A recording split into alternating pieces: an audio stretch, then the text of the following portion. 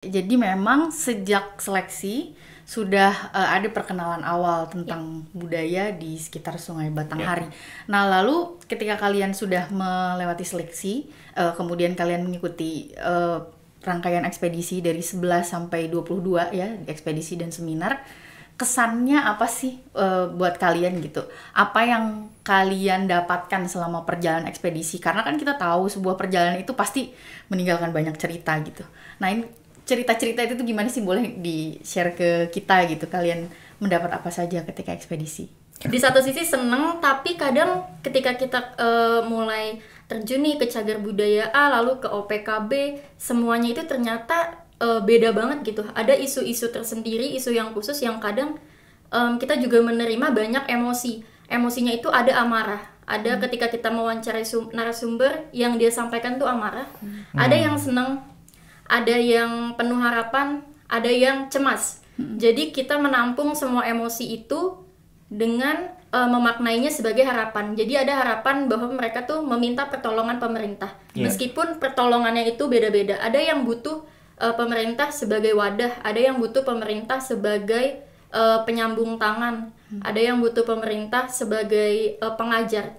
Jadi kesan saya sih itu sih. Jadi memang meninggalkan bekas banget gitu, betapa rumitnya kita harus menerima semua emosi itu, dan ya kita harus tahu gitu gimana ya cara bersikap. Dengan kerumitan tadi, dengan kesan yang ditangkap selama ekspedisi, boleh nggak diceritakan mungkin satu objek cagar budaya maupun OPK yang paling berkesan buat kalian berdua?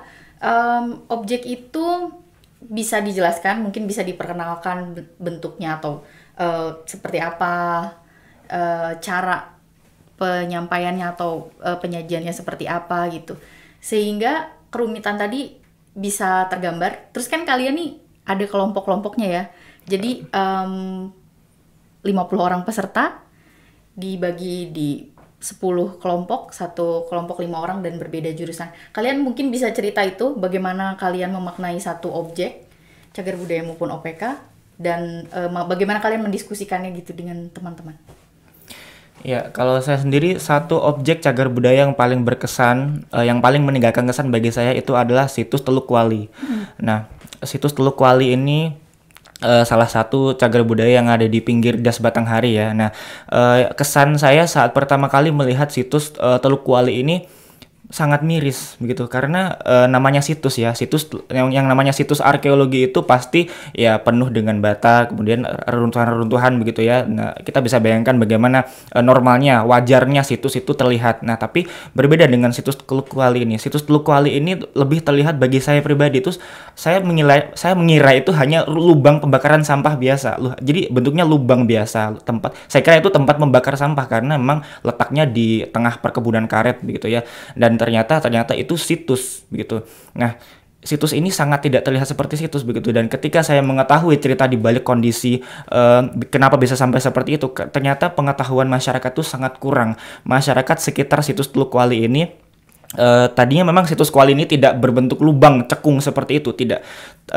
Tadinya itu situsnya rata dengan tanah itu rata, ada bata di beberapa area begitu ya. Dan itu menurut keterangan warga lokal, masyarakat itu karena butanya pengetahuan mereka terkait cagar budaya, terkait pentingnya pengetahuan cagar budaya, dan pesan saya untuk pemerintah, kita harus lebih menggencarkan lagi edukasi terkait cagar budaya, pengetahuan pelestarian kebudayaan kepada masyarakat lokal, agar hal-hal serupa yang dua hal serupa yang sudah saya sebutkan tadi tidak terjadi begitu, seperti situs Teluk Kuali tadi, dan situs tuh seperti itu gitu, lihat seperti lubang-lubang biasa gitu. Dan tapi kalau kita amati di dalamnya itu terdapat struktur bata begitu, agak miris gitu saya melihatnya. Sangat panjang dan memang sangat menarik gitu. Jadi kalau boleh cerita juga, bukan hanya pesertanya yang tertarik atau terkesan dengan perjalanan atau ekspedisi Sungai Batanghari, kami pun di Direktorat Pelindungan Kebudayaan sebagai panitia, kami berasa jadi peserta juga gitu, karena kami jadi tahu banyak gitu, karena dari perspektifnya ternyata ketika terjun di lapangan tidak bisa hanya satu perspektif, kita butuh perspektif yang banyak dari keilmuan yang banyak, dan juga keterlibatan masyarakat tadi ya, disebutkan bagaimana anak muda di sana gimana sih gitu. Kita juga menyaksikan bersama begitu. Nah, kalau menurut kalian nih sebagai generasi muda juga, apa sih yang sebenarnya bisa dikontribusikan gitu dalam upaya pelindungan kebudayaan dari mulai masalah data sampai pekerjaan-pekerjaan lain gitu ya di pelindungan kebudayaan. Pemuda nih seharusnya bisa apa sih gitu? Atau mungkin kalian punya plan apa sih untuk dalam melindungi kebudayaan ini gitu? Contohnya di Candi Teluk Wali. Jadi di sana itu ada komunitas, isinya anak-anak muda seumuran kita juga. Mereka yang mempopulerkan Candi Teluk Wali. Jadi mereka tuh membuat website, lalu mereka foto-foto, memberikan informasi sejarah di situ. Gitu sih. Jadi bisa banyak banget kalau anak muda tuh ya. Iya, ininya, sangat banyak. kontribusinya. Heru gimana? Ya, kalau menurut saya generasi muda ini kan sebenarnya gini, topik warisan budaya, topik cagar budaya, kemudian warisan budaya, situs arkeologi itu mungkin bagi sebagian besar kalangan muda itu adalah topik yang tidak menarik.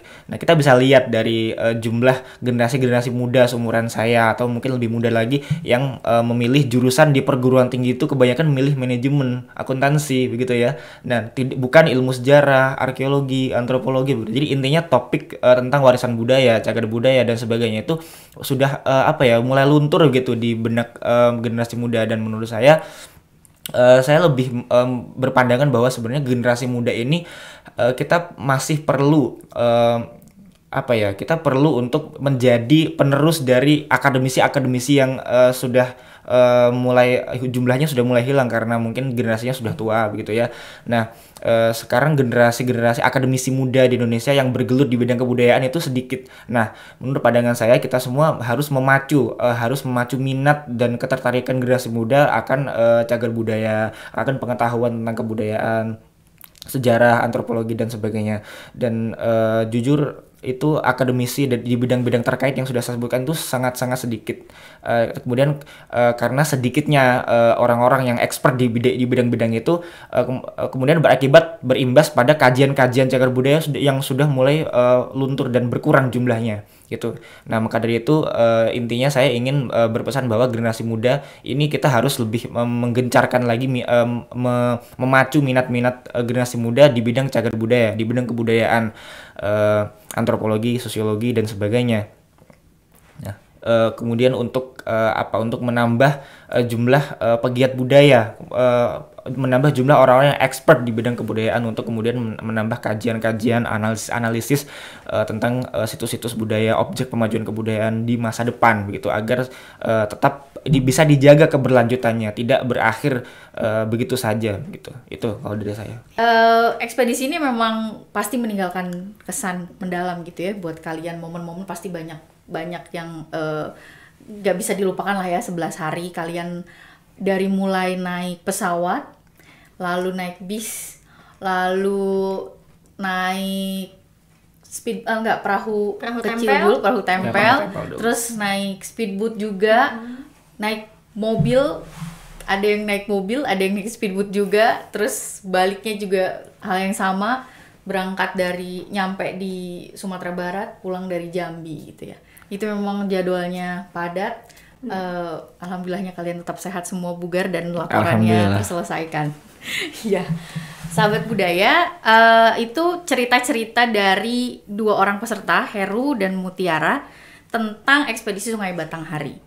Nah, setelah mereka cerita-cerita, pasti kita dapat insight yang banyak banget dari mereka, pengalaman mereka mengikuti ekspedisi Sungai Batanghari, dan saya yakin itu jadi menambah kepedulian, menambah pengetahuan juga kalian berdua dan peserta lainnya tentang kebudayaan. Nah, katanya nih kalian udah punya quotes tentang pelindungan kebudayaan gitu ya.